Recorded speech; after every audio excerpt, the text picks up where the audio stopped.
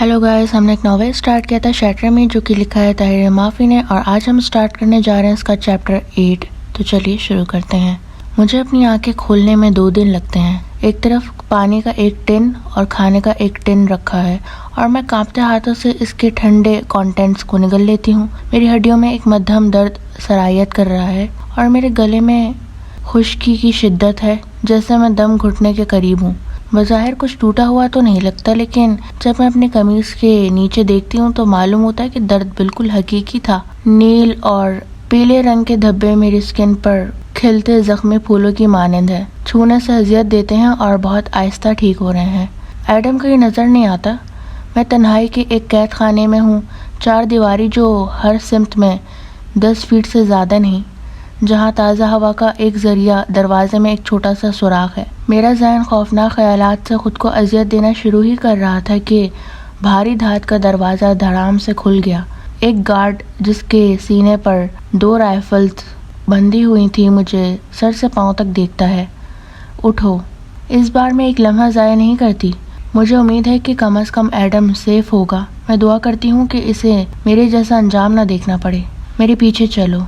Guard की आवाज़ भारी और गहरी है, इसकी ग्रे आइज बेतासुर। वो लगभग 25 साल का होगा, ब्लॉन्ड बाल छोटे छोटे कटे हुए, इसकी कमीज की आस्तीनें कहनियों तक चढ़ी हुई हैं और इसके बाजुओं पर मिलिट्री के टैटू ऐसे लिपटे हुए हैं जैसे एडम के।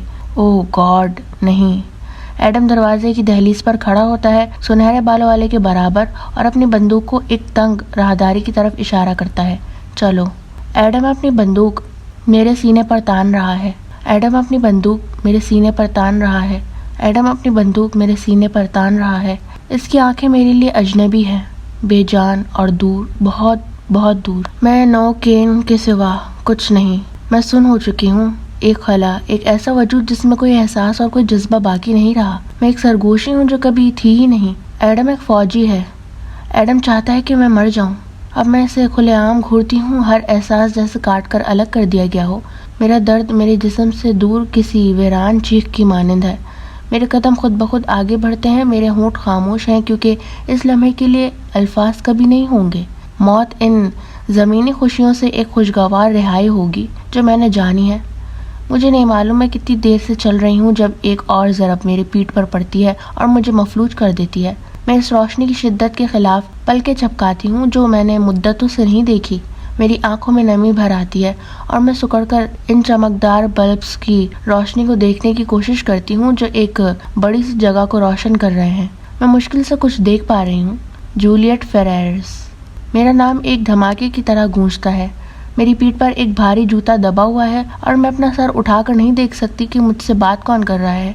वेस्टर्न, रोशनी मध्यम करो और इसे छोड़ दो। मैं इसका चेहरा देखना चाहता हूँ। ये हुक्म सर्द और मजबूत जैसा फौलाद, खतरनाक हद तक पुरसुकून, बेहद ताकतवर। रोशनी अब इस सतह तक मध्यम हो जाती है कि मैं इसे बर्दाश्त कर सकती हूँ।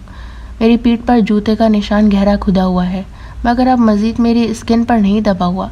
मैं अपना सर उठाती हूँ और ऊपर देखती हूँ। मुझे फौरन इसकी जवानी पर हैरत होती है। वो मुझसे ज़्यादा उम्र का नहीं लगता। ये वाज़ेह है कि वो किसी चीज़ का इंचार्ज है, अगरचे मैं नहीं जानती ये किस चीज़ का। इसकी जिल्द बेदाग है, इसकी जॉ लाइन शार्प और स्ट्रॉन्ग है, इसकी आंखें सब्ज रंग की ऐसी मध्यम छाँव है जो मैंने पहले कभी नहीं देखी। वो खूबसूरत है। इसकी टेढ़ी मुस्कुराहट सोचा समझा जुल्म है। वो इस कुर्सी पर बैठा है जिसे शायद वो तख्त समझता है, मगर वो महज एक आम कुर्सी है जो एक खाली कमरे के सामने रखी गई है। इसका सूट बेऐब तरीके से इस्त्री शुदा है। इसके ब्लॉन्ड बाल नफासत से संवारे गए हैं और इसके फौजी बेहतरीन बॉडीगार्ड्स की तरह इसके इर्द गिर्द खड़े हैं। मुझे इससे नफरत है। तुम कितनी ज़िद्दी हो। इसकी सब्ज आंखें तकरीबन शफाफ हैं।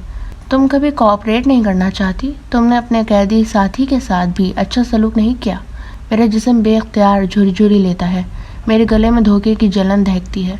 ग्रीन आइज गैर मुतवक्का तौर पर महफूज नज़र आता है और मैं अचानक शर्मिंदगी की गहराई में डूब जाती हूँ। अच्छा, ये तो बहुत दिलचस्प है। वो उंगलियां चटखाता है। कैंट, क्या तुम आगे बढ़ोगे प्लीज़? मेरा दिल धड़कना बंद कर देता है जब एडम मेरी नज़र के सामने आता है। कैंट, इसका नाम एडम कैंट है। मेरे वजूद में आग भड़क उठती है, सर से पाँव तक। एडम एक लम्हे में ग्रीन आइस के पहलू में खड़ा हो जाता है, लेकिन सिर्फ एक मुख्तसर سر ہلا کر سیلیوٹ کرتا ہے. شاید لیڈر اتنا اہم نہیں جتنا وہ خود کو سمجھتا ہے. سر، وہ کہتا ہے. بے شمار خیالات میرے دماغ میں الجھنے لگتے ہیں. پاگل پن کی یہ گرہ کھلنا ناممکن لگتا ہے. مجھے معلوم ہونا چاہیے تھا. میں نے ان فوجیوں کے بارے میں افواہیں سنی تھی جو عوام میں خفیہ طور پر رہتے تھے، اور اگر کوئی سسپیشیس چیز نظر آتی تو اتھارٹیز کو اطلاع دیتے.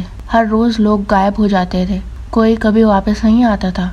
لیکن میں اب بھی یہ سمجھنے سے قاصر ہوں کہ ایڈم کو مجھ پر نظر رکھنے کے لیے کیوں بھیجا گیا تھا. لگتا ہے تم نے اس پر خاصا اثر چھوڑا ہے. میں کرسی پر بیٹھے آدمی کی طرف مزید غور سے دیکھتی ہوں، اور تبھی مجھے احساس ہوتا ہے کہ اس کے سوٹ پر چھوٹے رنگ برنگے بیجز لگے ہوئے ہیں، فوجی نشانات. اس کا آخری نام وارنر اس کے کوٹ کے کالر پر کندہ ہے. ایڈم خاموش رہتا ہے. وہ میری طرف نہیں دیکھتا. اس کا جسم بالکل سیدھا کھڑا ہے، 6 فٹ کا دلکش لین مسلز والا جسم. اس کی پروفائل مضبوط اور سٹیڈی ہے. وہی بازو جو کبھی میرے وجود کو اپنے حصار میں لیتے تھے اب مہلک ہتھیاروں کے لیے میان بن چکے ہیں. تمہیں اس بارے میں کچھ کہنا نہیں؟ وارنر ایڈم پر سرسری نظر ڈال کر میرا رخ کرتا ہے. اس کی آنکھیں روشنی میں چمک رہی ہیں. واضح طور پر تفریح محسوس کر رہا ہے. ایڈم کی جبڑوں کی سختی واضح ہوتی ہے. سر، ظاہر ہے وارنر اچانک بیزار دکھائی دیتا ہے. مجھے یہ توقع کیوں رکھنی چاہیے تھی کہ تمہارے پاس کچھ کہنے کو ہوگا. کیا تم مجھے مارنے والے ہو؟ یہ الفاظ میرے ہونٹوں سے پھسل جاتے ہیں اس سے پہلے کہ میں انہیں سوچ بھی سکوں. کسی کی بندوق دوبارہ میری ریڑھ کی ہڈی میں دھس جاتی ہے اور میں تکلیف کے مارے زمین پر گر پڑتی ہوں. میرا سانس رکنے لگتا ہے. میں گندی زمین میں منہ دیے سسک رہی ہوں. یہ ضروری نہیں تھا رولینڈ. وارنر کی آواز مذاق سے بھری ہوئی مایوسی کا اظہار کرتی ہے. اگر میں اس کی جگہ ہوتا تو شاید میرے ذہن میں بھی یہی سوال آتا. چند لمحوں کی خاموشی چھا جاتی ہے. پھر وہ بولتا ہے، جولیٹ. میں بامشکل اپنا سر اٹھانے میں کامیاب ہوتی ہوں. میرے پاس تمہارے لیے ایک پیشکش ہے.